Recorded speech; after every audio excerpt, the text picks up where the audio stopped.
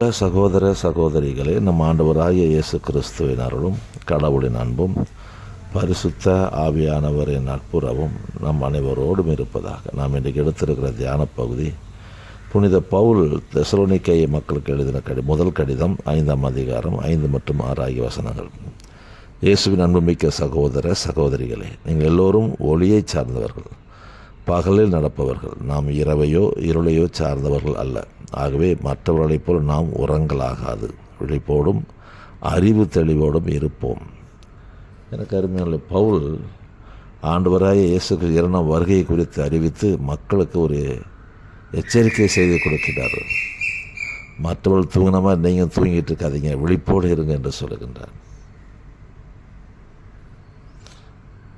தூக்கம் 2 வகை. ஒன்று சரீர பிரகாரம், அந்த உடலுக்கான தூக்கம், அது அவசியம்.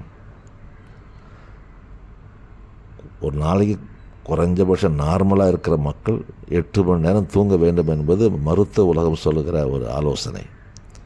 அப்படி தூங்கினவர்கள் சிறப்பான வாழ்க்கை வாழ முடியும், நலமானவர்களாக வாழ முடியும், இந்த உடம்பு நலமானதாக வாழும். ஆனால் ஆவிக்குரிய தூக்கத்தை குறித்து நீங்கள் பவுல் சொல்லுகிறார். அது உடல் ரீதியான தூக்கத்தை குறித்து சொல்லவில்லை. அது இயற்கையில் நடக்கக்கூடிய செயல். ஆவிக்குரிய தூக்கம் என்பது விழிப்பின்மையை குறிக்கிறது, எச்சரிக்கையின்மையை குறிக்கிறது, ஜாக்கிரதையின்மையை குறிக்கிறது. ஆவிக்குரிய தூக்கத்தில் நாம் ஈடுபட்டு விட்டோம் என்றால், உறங்கிவிட்டோம் என்றால், பல பொய் போதனைகள் தானாக வந்து சேர்ந்துவிடும்.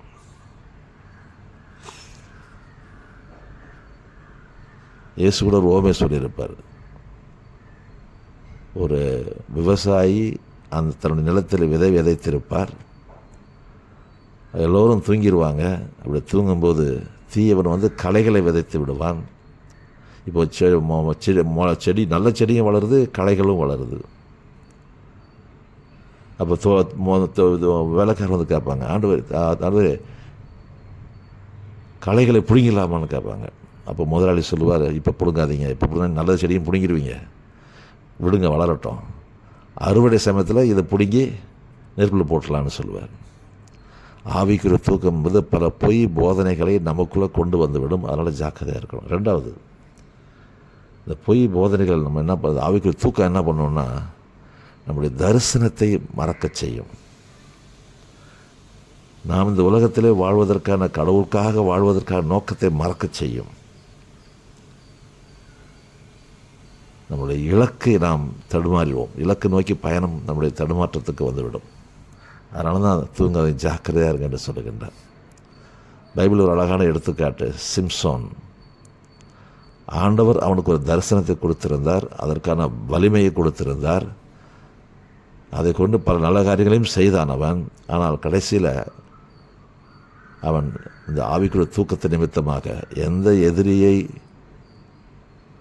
இல்லாமல் செய்ய வேண்டுமோ அந்த எதிரின் மகளை காதலித்தான், அவள் மடியில் உறங்கினான். அந்த உறக்கம் அவனுக்கு அழிவை கொண்டு வந்தது.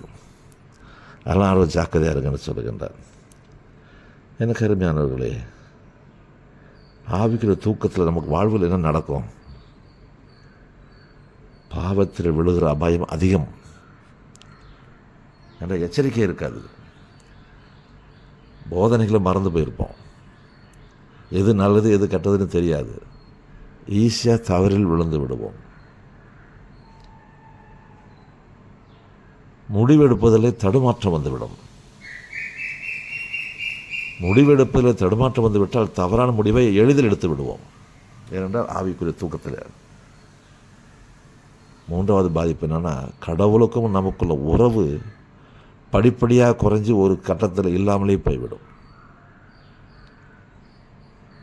கடவுளுக்கு நமக்கும் உறவு இல்லைன்னா அப்புறம் யாருக்கு நமக்கும் உறவு இருக்கும்?